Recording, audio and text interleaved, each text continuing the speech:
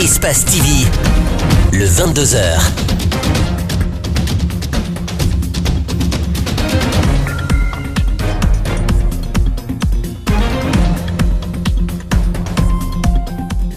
Très heureux de vous retrouver pour cette nouvelle édition du 22h. Bienvenue à toutes et à tous.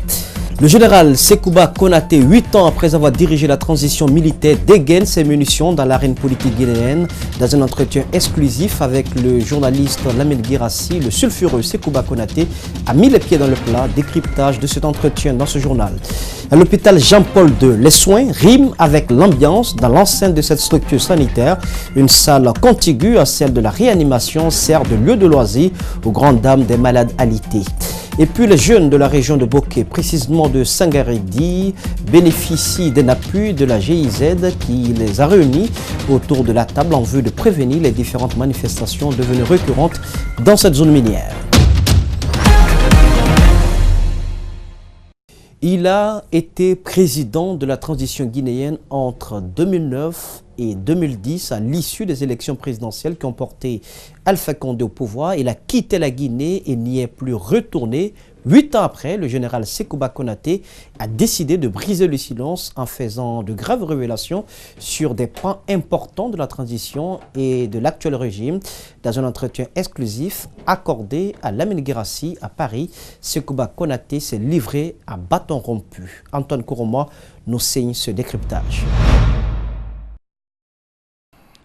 Le général Sekouba Konaté, ancien président de la transition, a gros sur le cœur. Il a tenu à le faire savoir dans cet entretien spécial. Donc quand j'entends les gens dire « j'ai trouvé un pays, pas un État », je voudrais qu'ils me donnent la définition de l'État ou bien d'un pays. L'État, c'est une continuité. L'ancien numéro 2 du CNDD dit être déçu de l'actuel président guinéen pour ses manœuvres l'empêchant de s'épanouir à partir de l'étranger. Il accuse Alpha Condé d'avoir gelé ses comptes depuis le Maroc.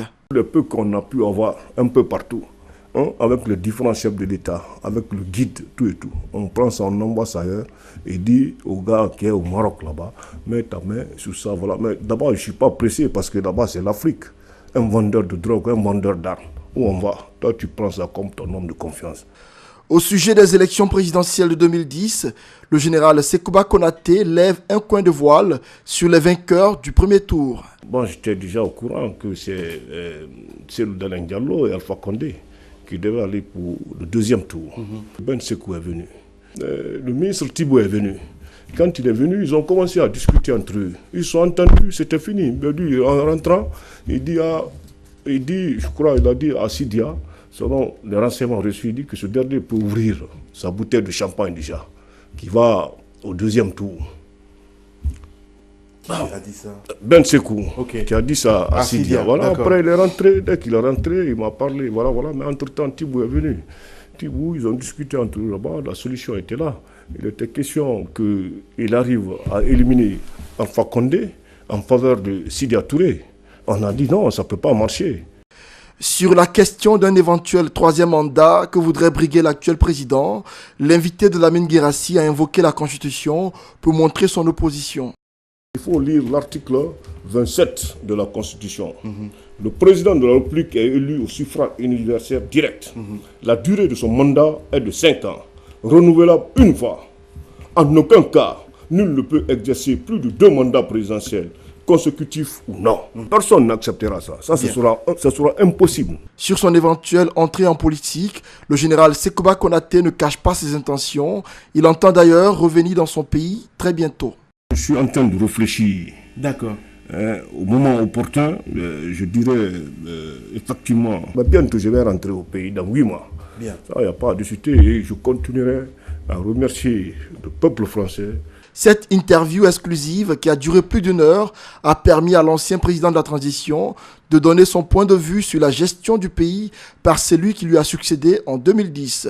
C'est un général apparemment remonté à bloc qui s'est présenté sur ce plateau télé et qui a l'air résolu à dire sa part de vérité dans beaucoup de dossiers jugés secrets ou sensibles. Sur la question de l'attaque du domicile du chef de l'État en 2011, le général Sekouba Konaté ne nie pas qu'il y a eu attaque, mais pense que les commanditaires n'ont pas été discrets et qu'ils auraient été pris dans un piège qui aboutit à des règlements de compte. C'était pas du cinéma seulement. Les gens qui étaient là, ils n'ont pas été discrets. Et éventuellement, ils étaient déjà impliqués. Moi, je dis que le militaire n'agit pas comme ça. Un militaire, c'est pas comme ça que tu agis, réellement. Mais ce qui m'a peiné, a dit, tous ces gens-là qui ont participé à l'avènement de la démocratie en Guinée, les gens ont profité pour faire des règlements de compte. Je t'ai montré le cas du commandant Julien, je t'ai parlé le cas de De Gaulle, de Haïdor, et de No Cham, de l'autre là, comment il s'appelle, Saliou, qui était commandant du camp Kamen. Tous ces gens-là, c'est des règlements de compte faits par certains militaires qui ont non seulement divisé l'armée, et qui sont assis là-bas, ils croient qu'ils sont camouflés, mais ils ne sont pas camouflés, réellement. Ils sont bien vus. Mais un jour viendra, je crois qu'ils répondront devant l'histoire. Et d'habitude, quand quelqu'un est là, tu parles quelque chose, on vise des gens, on fait autre chose, mais je prends, ça dit d'abord le peuple de Guinée en témoin. Je prends la CEDEAO, l'Union africaine et la communauté internationale. D'ailleurs, comme je dois faire bientôt mouvement aux États-Unis, je passerai au département d'État aussi pour les expliquer. C'est pas normal, on doit dépasser ça maintenant. L'égoïsme, l'ingratitude, le règlement de compte. Mais où on va? Sur un tout autre plan, les produits guinéens sont prisés notamment en Europe et aux États-Unis, mais ils sont peu connus et quelquefois taxés de ne pas répondre aux normes exigées par ces puissances étrangères. Pour changer la donne, l'ambassade des États-Unis et le gouvernement guinéen forment les femmes qui interviennent dans ces secteurs en vue de booster leurs compétences. Dans le même élan, le ministère du Commerce plaide pour l'installation d'un laboratoire digne pour faciliter le contrôle qualité des produits à partir de la Guinée. Mamadou Sadio Baldé, Amara Alexis là pour le détail.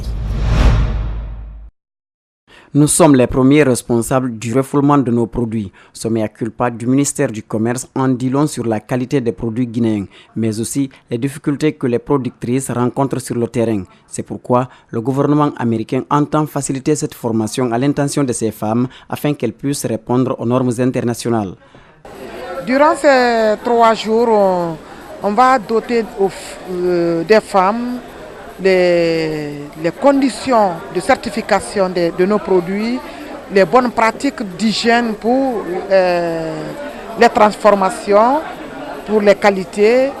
Même pour la consommation interne, le problème de qualité et d'hygiène se pose aux producteurs transformateurs guinéens. Pour espérer aller à l'assaut des marchés internationaux, il est indispensable de relever un certain nombre de défis. Pour avoir un bon produit, il faut avoir une transformatrice ou un transformateur qui est bien formé, qui puisse connaître d'abord la qualité, l'origine du produit, avec quoi on a produit, n'est-ce pas, la matière, pour que de la production à la transformation jusqu'à la consommation, qu'on puisse avoir réellement un produit commercialisable au national et à l'international.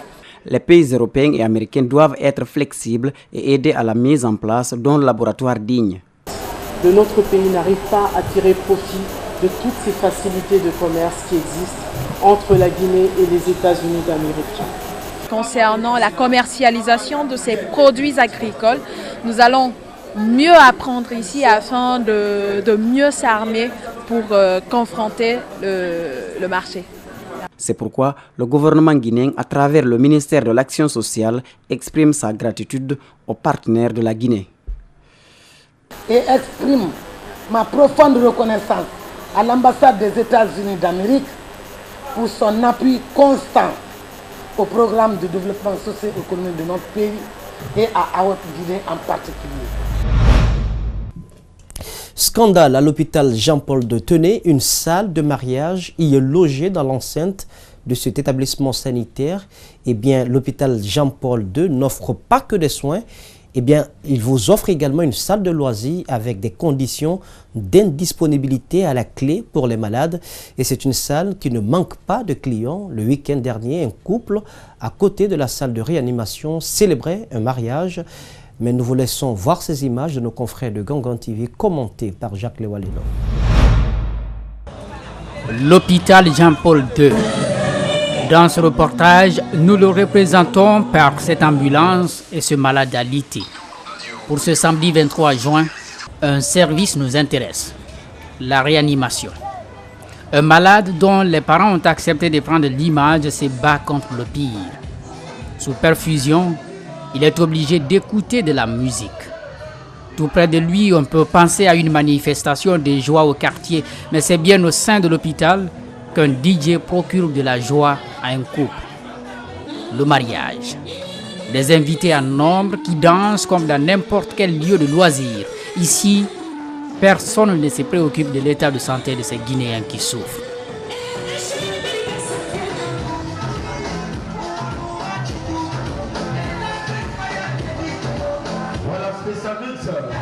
La seule mesure qui a été prise par les responsables de cet établissement sanitaire, jadis l'un des plus respectés, c'est la fermeture de cette porte vitrée qui laisse tout de même voir une ambulance. L'atmosphère de cet après-midi du 23 juin irrite cet avocat. Maître Bérété est au chevet d'un proche qui se trouve dans un état critique. Il a du mal à comprendre la situation dans laquelle l'ensemble des malades se trouvent. Vous entendez déjà la musique? Ça se passe des commentaires. Depuis 14 heures, c'est un mariage qu'on est en train de célébrer. Les gens, c'est contigu, c'est dans l'enceinte de l'hôpital. C'est pas seulement l'enceinte de l'hôpital, c'est contigu à la réanimation. Et ce n'est pas seulement le cas de Mombo, l'ensemble de la branche de ce côté-là, il n'y a que des gens qui sont dans le coma. Comment on peut célébrer le mariage et pour des raisons purement pécuniaires, on loue l'hôpital pour faire, on organise la mamaya dedans. Ça se passe des commentaires, vous pouvez partir voir. Une salle de mariage dans un hôpital, ça existe et c'est à Conakry. Ou bien il n'y a pas quelqu'un dans le pays là, ou bien le pays n'est pas contrôlé. Le cas de cet hôpital mérite des explications. Nous en parlerons sûrement dans nos prochaines éditions d'information. Après la phase théorique, l'heure est aux épreuves pratiques pour les candidats des écoles professionnelles. Les examens se déroulent dans des conditions les meilleures au centre des sages-femmes de Kobaya et des infirmiers d'État de Lambagny dans la commune de Ratoma. L'une de nos équipes de reportage était présente. Malek Sangana Kamara et Bromasori Kamara. Ce lundi, les candidats des écoles professionnelles font face aux épreuves pratiques. Dans cette clinique à Lambagny, les futurs infirmiers d'État. Loi est l'un d'eux. Devant le jury, il porte ses équipements puis tente d'apporter les soins à ce mannequin à l'image d'un patient alité. Comment il faut tracer le site d'injection, c'est-à-dire comment il faut repérer le site d'injection. On trace deux lignes. L'une verticale et l'autre horizontale, après avoir localisé bien sûr la fesse où on doit faire l'injection. Après ceci, on choisit le cadran supéro-externe, c'est-à-dire quand on divise la fesse en 4 parties, donc il y a 4 cadrans. Donc le cadran supéro-externe, c'est ce qui est concerné par cette injection qu'on appelle une injection intramusculaire. Dans cet autre centre à Kobaya, ce sont des futures sages-femmes. Certaines attendent qu'elles soient appelées pour être évaluées. D'autres jettent un dernier coup d'œil dans leur cahier pour pouvoir bien convaincre le jury. Celles qui sont déjà passées, c'est la confiance en soi. Je dirais que ça s'est bien passé. On m'a demandé, lorsque la femme vient dans la salle d'accouchement, la dilatation complète et que la poche des os est bombante, quelle sera mon attitude? Je les ai dit que je vais rompre la poche des os et diriger l'accouchement. Pour la réussite de ces examens de sortie, les responsables d'école ont mis les bouchées doubles.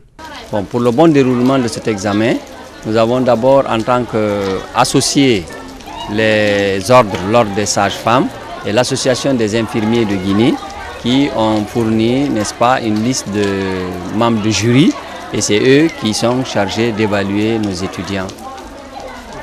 Avant le lancement des épreuves, le délégué national s'est adressé aux candidats. J'ai demandé aux étudiants d'être sereins. Ils doivent faire preuve de connaissance. Ils sont 413 candidats présentés par 9 écoles dans la commune de Ratoma. De la phase théorique à la pratique, aucune anomalie n'a été signalée, rassure le délégué national.